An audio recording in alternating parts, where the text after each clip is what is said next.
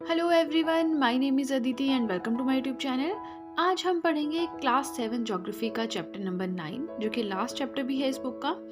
Chapter का नाम है लाइफ इन द डेजर्ट्स, कि डेजर्ट्स में लाइफ कैसी होती है। तो जब भी आप डेजर्ट का नाम सुनते हैं आपके दिमाग में क्या आता है?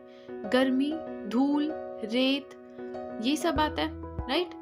बट डेजर्ट वो नहीं होते हैं। हमारे दिमाग में एक गलत ब्लूप्रिंट छप गया है। डेजर्ट्स क्या होते हैं? Arid region, extreme harsh temperatures and scarce vegetation. मतलब जहाँ पे कुछ इस तरह की कंडीशंस हों उस एरिया को आप डेजर्ट कह सकते हैं। कंडीशंस कैसी है? पहले तो सूखा एरिया होना चाहिए। एरिड मतलब सूखा रीजन है कोई, ठीक है।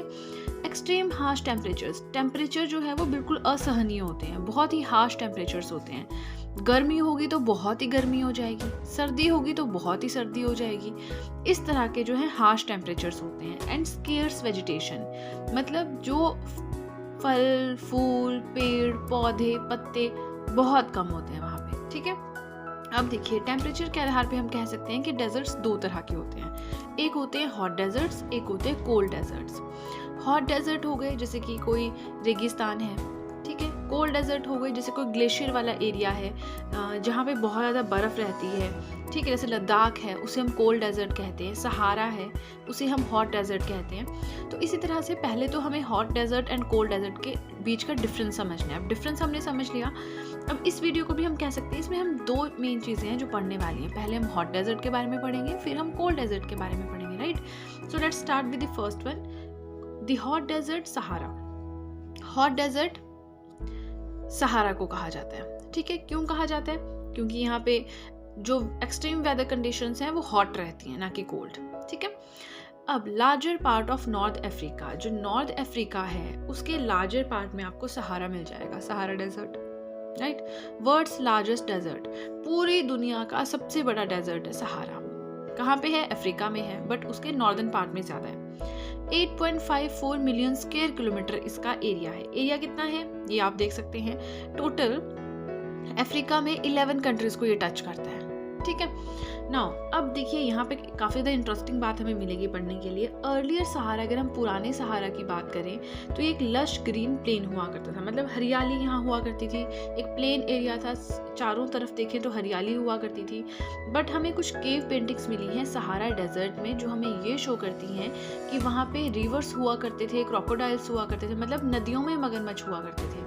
अब जिसने वो केव पेंटिंग, कितने पुराने टाइम की पेंटिंग्स हमें मिलती हैं, तो जिसने वो केव पेंटिंग बनाई है उसने उसी टाइम जो अपने आसपास देखा होगा वही बनाया होगा। ऐसे तो है नहीं कि वो कहीं बाहर गया, कहीं वो एशिया में आया, उसने देखा कि क्रोकोडाइल्स है, रिवर्स है, फिर वो वहाँ पे सहारा में रहने गया, उसने वहाँ पे बनाए पेंटिंग्स में। नहीं, उसने आसपास जो भी देखा, इतनी समझ तो होती नहीं थी पहले लोगों को, आसपास जो भी देखा उसको पेंट कर दिया, ठीक है। तो मतलब जो उसने आसपास क्रोकोडाइल्स देखे होंगे, रिवर्स देखे होंगे, इसलिए उसने पेंट कर दिया।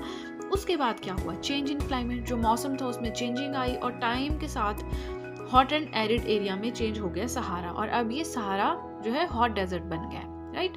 अब हम बात करें यहाँ के क्लाइमेट की। यहाँ का क्लाइमेट कैसा है? हॉट एंड ड्राई, बहुत गर्मी है, सूखा सूखा है। शॉर्ट रेनी सीजन, यहाँ पे बारिश होती ही नहीं है, बारिश आती है, बरसात आती है तो बहुत कम टाइम के लिए आती है। जो हमारा आसमान है वो हमेशा क्लियर ही रहता है, उसमें बादल होते ही नहीं है, ठीक है। तो इस तरह से डेज जो है बहुत हॉट होते हैं, नाइट्स जो है वो बहुत कोल्ड होती हैं।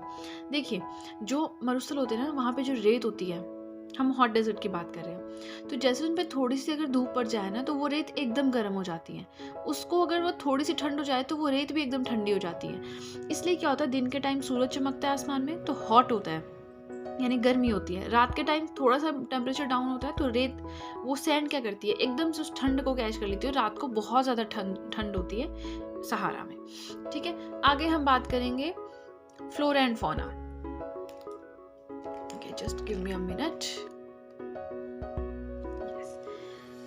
फ्लोरा एंड फौना मतलब वहाँ पे कैसे एनिमल्स हैं, कैसे प्लांट्स हैं, वो सब हमें देखना है।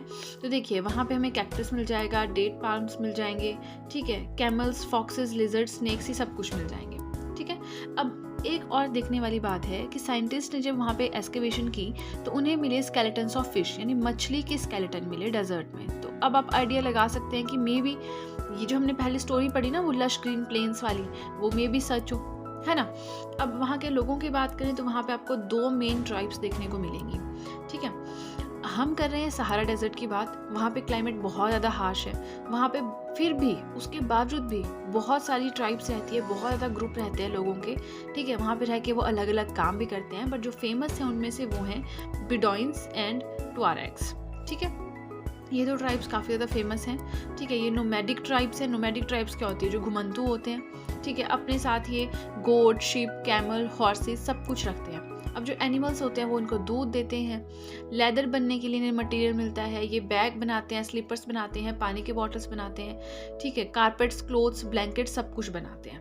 उसके बाद अब हमारा जो नेक्स्ट है वो है द कोल्ड डेजर्ट। अब हमें पढ़ना है कोल्ड डेजर्ट के बारे में, जो कि कहाँ पे है? लद्दाख में है। तो मतलब हमें लद्दाख के बारे में पढ़ना है, राइट। तो यहाँ पे आप देख सकते हैं मैंने 3 माउंटेन रेंजेस बनाई हैं, Karakoram range, Ladakh range and Zanskar range. तो हम लद्दाख के बारे में पढ़ रहे हैं, ऑब्वियसली लद्दाख रेंज में ही आता होगा। इसके नॉर्थ में है कराकोरम रेंज, इसके साउथ में है जास्कर रेंज, ठीक है। इंडस रिवर यानी कि सिंधु नदी वो यहीं से होके बहती है। यहाँ पे काफ़ी ज़्यादा ग्लेशियर्स आपको मिल जाएंगे, ठंडा एरिया ना बहुत ज़्यादा, ये तो यहाँ पे आपको ग्लेशियर्स मिल जाएंगे, जिसके गैंगरी ग्लेशियर है।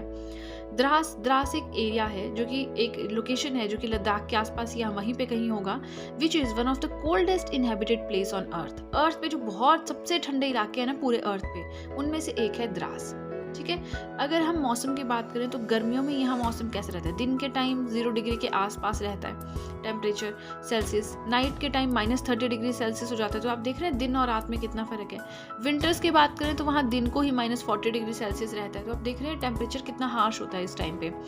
आगे हम बात करें, लद्दाख जो है वो 2 टर्म्स या 2 वर्ड से मिलकर बना है, ला जमा दाक, ठीक है, जिसमें ला का मतलब है माउंटेन पास और दाक का मतलब है कंट्री, राइट। एल्टीट्यूड जो है हाइट होती है, ठीक है, कितनी हाइट है अर्थ से, तो 3000 मीटर से 8000 मीटर तक एल्टीट्यूड रहेगा। यहाँ पे जो माउंटेन्स हैं उनका 3000 मीटर के भी माउंटेन्स मिलेंगे, 8000 मीटर के भी आपको माउंटेन्स यहाँ मिलेंगे। एक्सट्रीमली कोल्ड एंड ड्राई, बहुत ठंड होती है, बहुत ज़्यादा ड्राई मौसम रहता है। लिटिल रेनफॉल, बारिश की बात करें यहाँ बारिश होती ही नहीं है, 10 सेंटीमीटर से भी कम की बारिश होती है। दूसरी चीज़ ये है कि लद्दाख को हम खापा चैन के नाम से भी जानते हैं, ठीक है, जिसका मतलब होता है स्नो लैंड, मतलब बर्फ़ से ढकी हुई ज़मीन, ठीक है।